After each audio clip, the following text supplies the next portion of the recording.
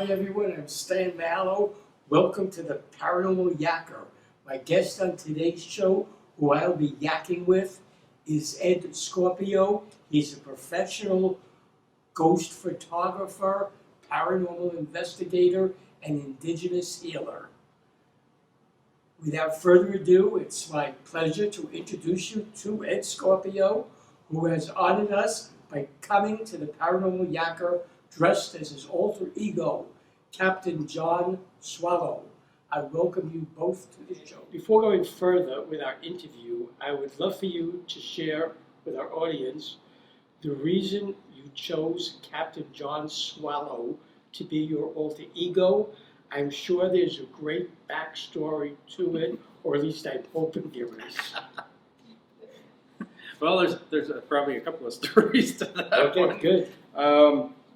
As I had to explain to somebody the other day, I think more people know me as Captain John Swallow than they do as Edd Scorpio. He has much more of a presence, apparently. But that started, it's a pirate thing.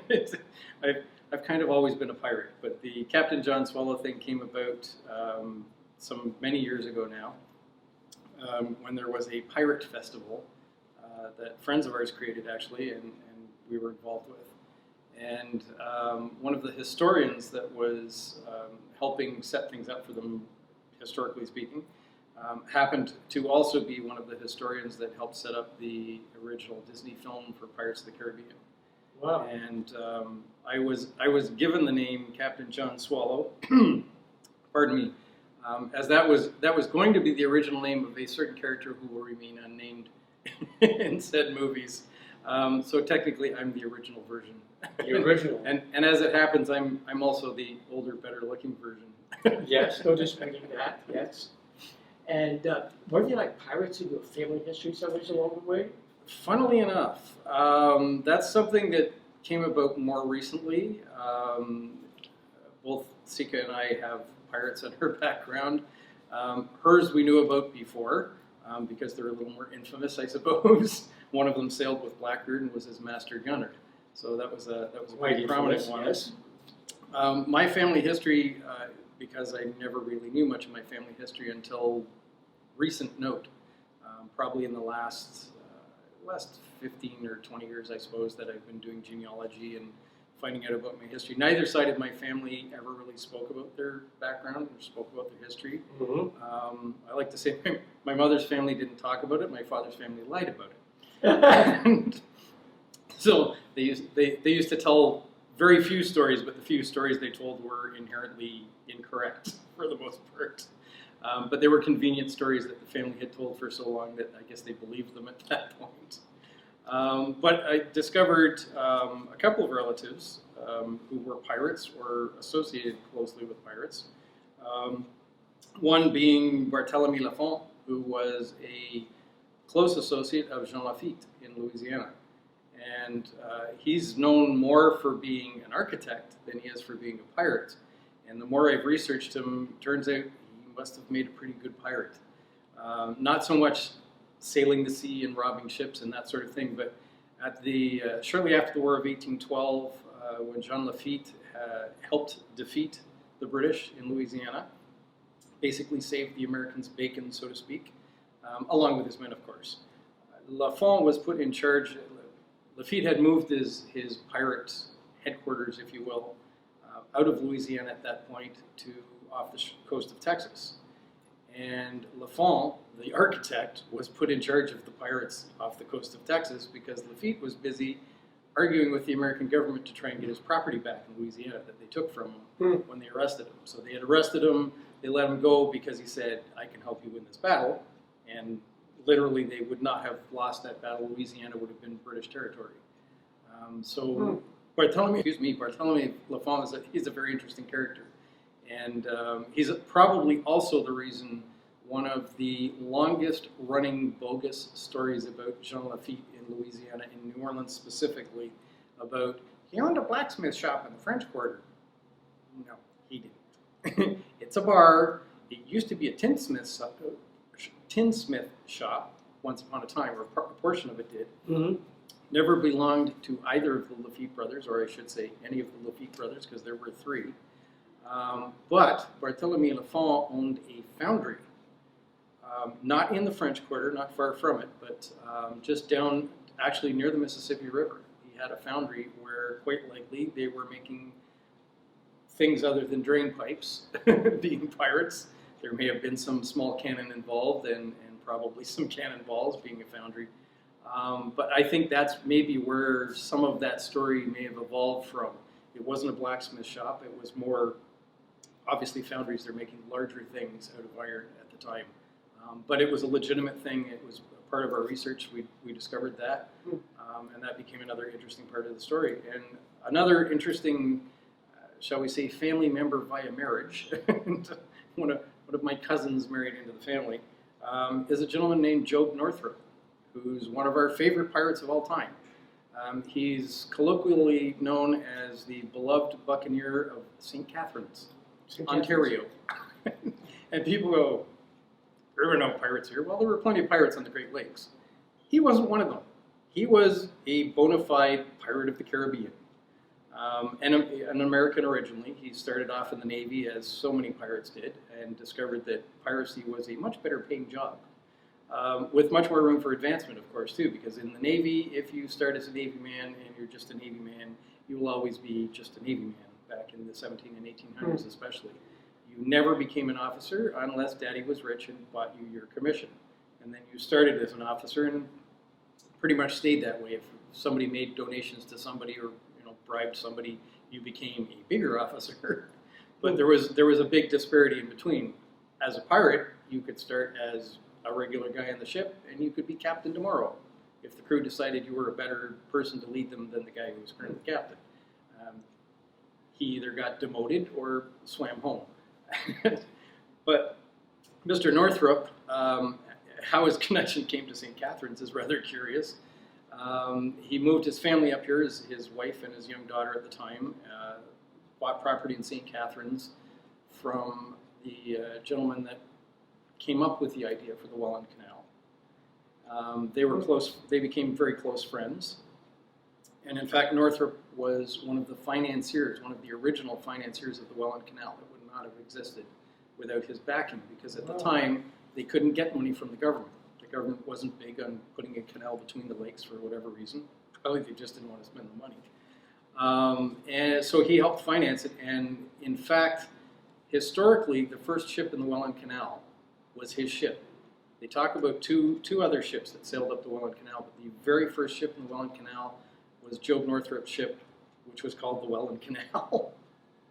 Worst name probably ever, but it's before they really had a name for the canal. It was, we're building a canal between the lakes, and we need to test it and see that it's going to work. So they basically sailed this ship up to what was the first lock at the time, loaded it with cargo, and then sailed it back to Lake Ontario and out into Lake Ontario. So they went, yeah, this is going to work. We can do this.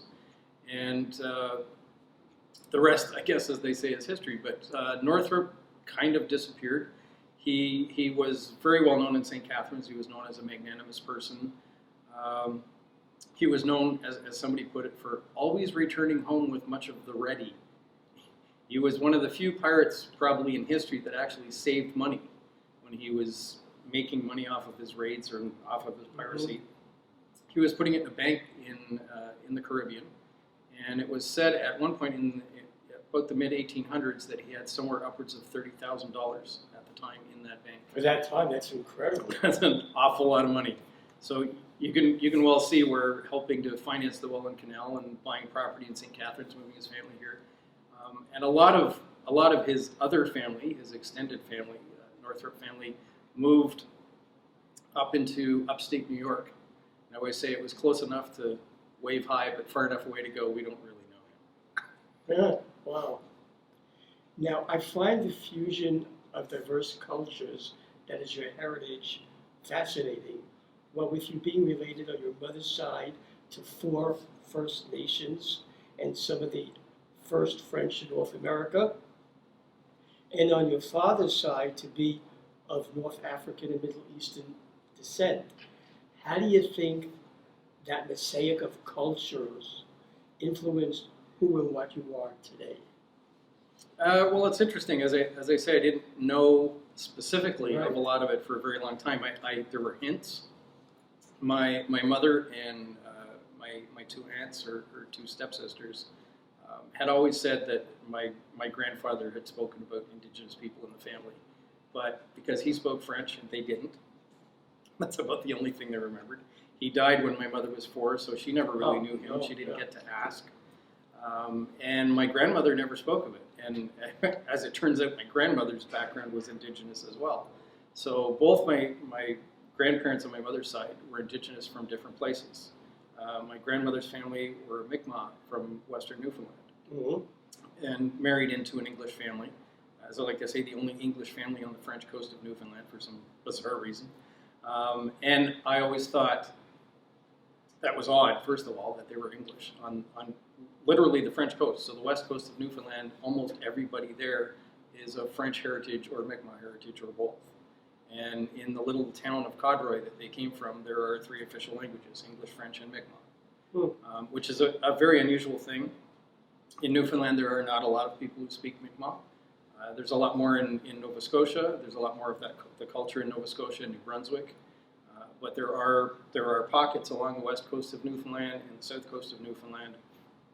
Not so much on the eastern coast, but there are probably a few there, just given by how people travel around.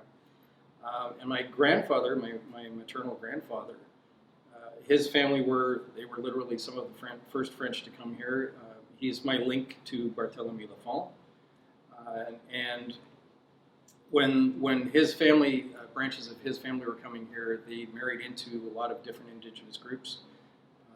The Algonquin along the St. Lawrence, the Westgareni Algonquin, who were part of the founding of Trois-Rivières. Part of his family were the Bouchers, who created Boucherville, and who were also the great-grandparents of Louis Riel. Wow. So there was that connection. But a lot of the family moved further west. A number of them were Courrier de Bois. They were never part of Hudson's Bay or the Northwest Company. They were independent, and they stayed that way. I think part of the reason they stayed that way was their involvement with the indigenous community. They didn't want to be part of the people who were essentially colonizing the country. They wanted their freedom. They wanted to keep their cultures. And they moved further west. I have probably more than any other indigenous community. I probably have more Lakota relatives than anything. My family in Pine Ridge, probably to this day, I would assume there's many branches of the family that went through South and North Dakota, and were part of signing parties in some cases of some of the treaties down there. As you know, Ed, we were both guest lecturers at the Southern Ontario, Western New York Paranormal Conference, which was held at the Bell Tower Community Arts and Entertainment Complex in Fort Erie. I attended your lecture, and I'm glad I did. I was totally intrigued by it. I got to tell you that. Thank you. You were speaking about orbs, okay? Which I found fascinating. Now, since you have participated in many paranormal investigations, I would like to know if you found certain places had more paranormal activity than others, and what paranormal phenomena are you most proud of being able to capture with your camera?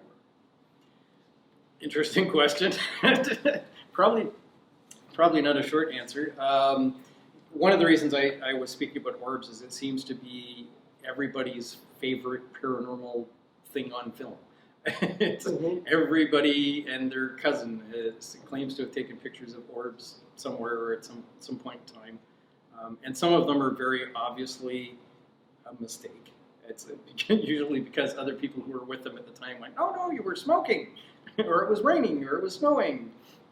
Sort of obvious things that look like orbs on a camera. And of course now, unlike back in the day when you had to go out and buy a camera to have a camera, everybody's walking around with a portable camera and a computer in their pocket these days.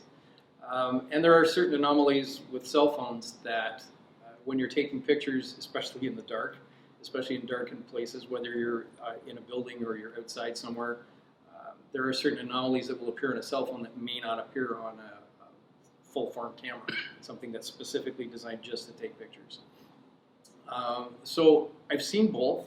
I've seen some that are either obviously bogus, In some cases, they look like they've been manipulated, and there's ways to tell that as well, where somebody's placed an object into a photograph to go, look what I saw, there's a whole body there, and there's not. There are old pictures that we've researched, even back to tintypes, and people go, there's a face in the background of this. Yes, because the photographer put it there, because somebody asked him to put it there. That was the whole point of the photograph. Photographs were very expensive at that time, so that when you had a picture done, that's how we end up with things like memento moris. You have photographs of a family where one family member is deceased in the photograph.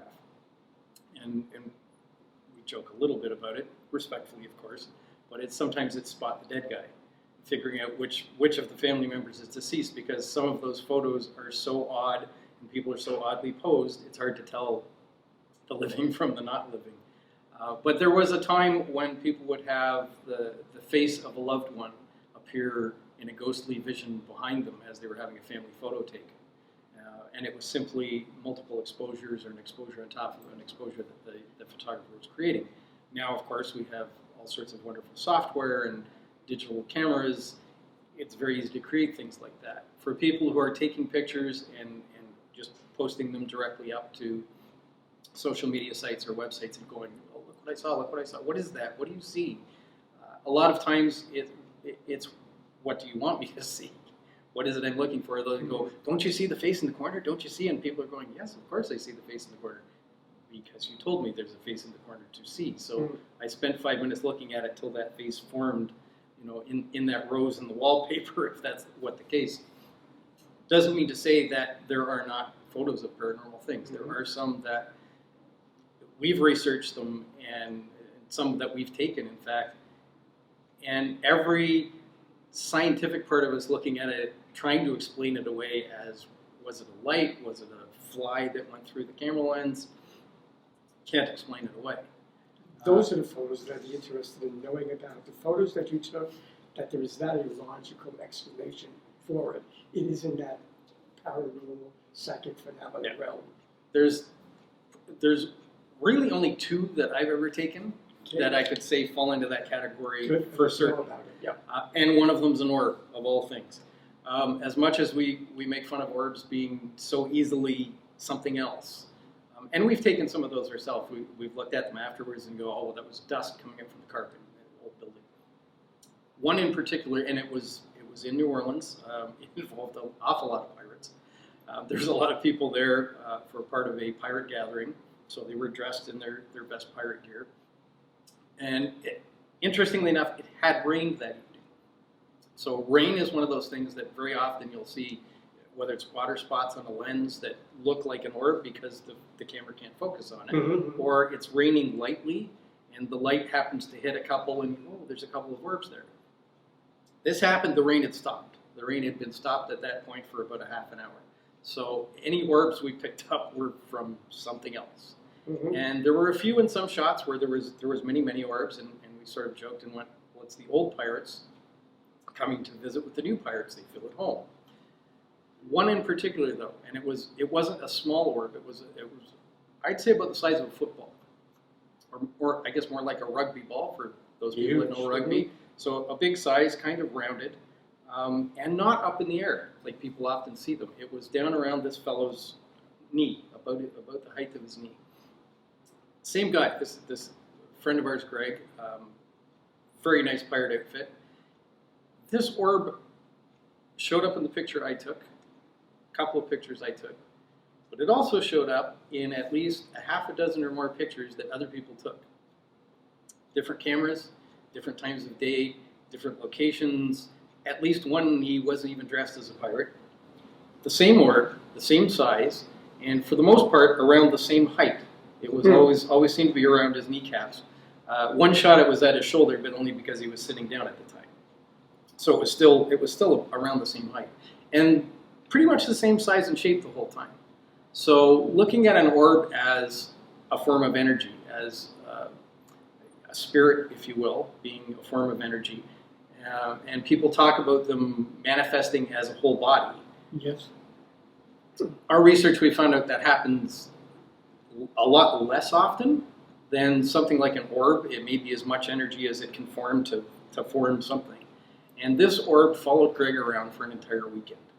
Wherever he was over the course of 2.5 days, wherever somebody took a picture with a point and shoot or a professional camera, or a couple people I think had cell phones that were taking pictures at the time, this orb was in these pictures.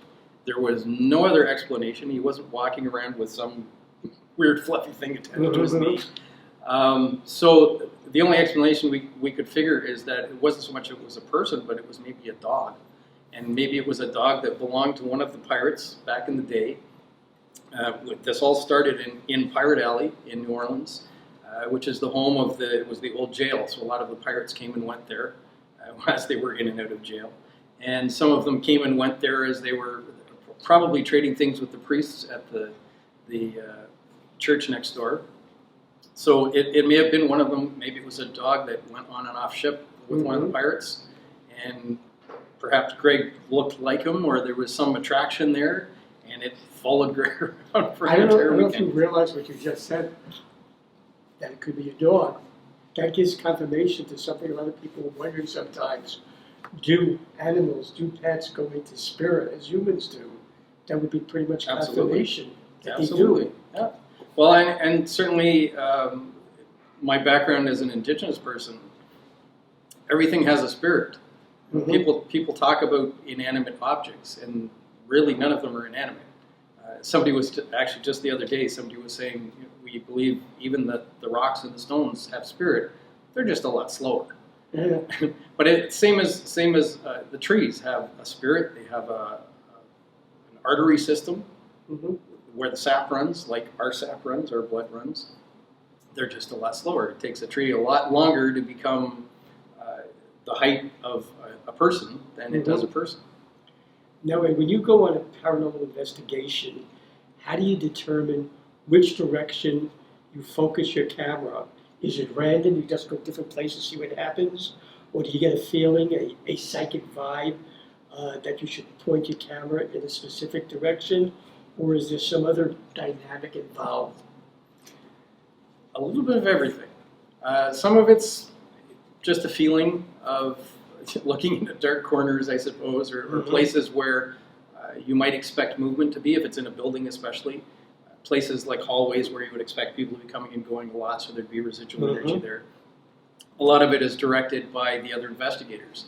If they have psychic abilities and they have a feeling, or they're feeling a presence in a certain room or in a certain area, and the same thing outside as well. I mean, we've done investigations outdoors that pretty much work the same way. You have an area where there's a presence felt, and I'll try and take pictures through that area. I'll scan the area with the camera and take multiple rapid shots usually. I don't use video a lot. I know a lot of people do. It's certainly a big thing on a lot of the paranormal shows. They have video, they have still photos. Thermal camera I've used. I have a thermal camera that fits in my pocket. It's part of my phone. So I've used that on occasion, and it's occasionally picked up things that were anomalous, things where you'll see a heat signature on the wall where there is no heat in that wall. So there's not pipes running through it, or there's not electrical wires running through it, because that's obviously the first thing we look for.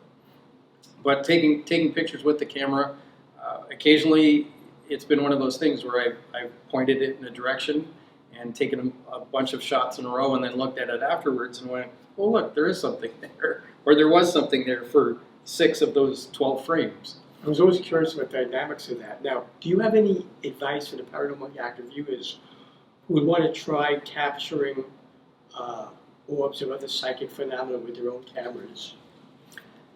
Well, it's tough to depend on your phone camera, unfortunately. Doesn't mean it doesn't work, though. Part of the trick, especially with phone cameras, is keeping them still. As still as you think you can hold your phone in your hand and snap a photo, you're either moving your thumb to press that button or you're pressing a button on the side, it's going to move. So if you can put it on some kind of a tripod, selfie sticks not so much, because they tend to wiggle even more than you holding the phone. But even you can get little tripods, and there's all kinds of them now for cell phones that you can clamp your cell phone in and point it somewhere in if you set it to record video, that's one place video is really convenient, because it's a lot easier to let your phone record video and run for a time than trying to take multiple shots with it. If you have to stand there and press it, if you can get a remote control for your phone, even better. If you can stick in a little tripod and have a Bluetooth remote for it, they're pretty cheap. Now, in addition to being a professional photographer and paranormal investigator, you are an indigenous healer. Now, to my knowledge, the term indigenous has been used primarily in anthropology and social sciences to reflect customs or people who are native to a specific region. Does your healing reflect a specific people or region? I think my knowledge, what little I have, because it's one of those things that I'm always learning. I guess it certainly relates to my culture. I can't say that it relates to any specific region. Some of it does. Some of the medicines I use are from specific regions more than others. But through trade and through mixing of nations for various reasons, a lot of it has been traded. People talk about, they tend to talk about indigenous people as a whole, and that's very hard to do. In North and South America alone, there are over 800 indigenous nations. They're sovereign nations, whether they're recognized as that or not by the colonial governments is another story. But of all those nations, we have different cultures between them. Some of them share similar cultures. Certainly in what we call Canada now, there are large groups of indigenous people who share a similar culture because they share a similar background. They share a similar language base, which is always part of the culture. So their stories, their medicines, their healings are often very similar. Where you get further south, my Lakota relatives have different methods for doing things and different medicines to some degree than my Algonquin relatives would have. There are some things they have in common. There are certain things that they would use as medicines that they have in common. A lot of it, certainly a lot of healing, much like a lot of what people would call praying, I guess for lack of another term, is in your intention. It's what is your intention? What are you trying to heal that person from? And trying to have it not only in your intention, but also in the intention of the person you're trying to heal. So intention, very, very important. Is a lot of it. I think in any culture, really, whether it's my indigenous culture here or whether it's the culture of my father's ancestors in North Africa, would be very similar, would be very much the same from that perspective. Now, if any of our viewers would like to utilize your expertise in photography and video editing, which I know you do, especially as it relates to the paranormal community, how do they contact you? Well, specifically for my photography, I have a website called eddshots.com, and that's Ed with 2 Ds. As we say, it's not short for anything, it's long for Ed. Good. So eddshots.com. I don't have any paranormal shots up there particularly, but there's a lot of my other photography up there, and there's a contact form. If people have questions, they can certainly contact me through that. And also halfpennydreadfuls.com, where we do a lot of paranormal work and paranormal research and lots of other fantastic things that, as I know you know, they can contact me through there as well. And I want to encourage it. That's why I wanted you to give out all your contact information. That's great. Now, I want to thank you, Edd Scorpio and John Swallow, for an insightful and informative interview. It's been an absolute pleasure yakking with you. This was great, very informative. Thank you.